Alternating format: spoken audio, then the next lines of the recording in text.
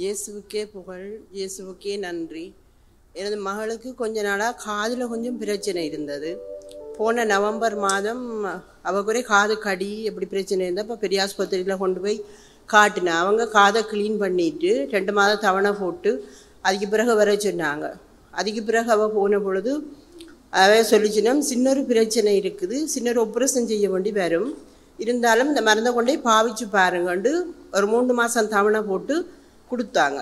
3 மாதம் முடிய அவள் போய் காது காட்டிக்க டாக்டர் சொன்னாவா கொஞ்சம் சரி வர மாதிரி இருக்குது, ஆனபடியாக இன்னும் கொஞ்ச நாள் பார்ப்போம்னு சொல்லி ஜூலைக்கு டேட் போட்டு கொடுத்தாங்க.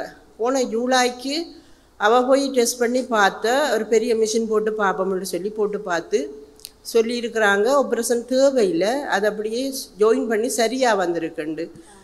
அப்பொழுது நான் அவள் ஆப்ரேஷன் சொல்லி ஆஸ்பத்திரியில் எனக்கு சொல்லியிருக்க நான் இந்த தியான இல்லத்தை நினைச்சு இயேசுவே அவளுக்கு ஆப்ரேஷன் இல்லாமல் சுகங்கூடம் அவள் பயப்படுறா, நான் சாட்சி சொல்லுவேன்ண்டு அங்கே வீட்டில் இருந்து கொண்டே இந்த தியான இல்லத்தை நினைச்சு சபிச்சேன். நெடுக சபிச்சு கொண்டிருப்பேன். இங்கே வரும்பொழுது விண்ணப்பம் எழுதி போடுவேன். இயேசு சுகம் கொடுத்தார். இயேசுவுக்கு நன்றி.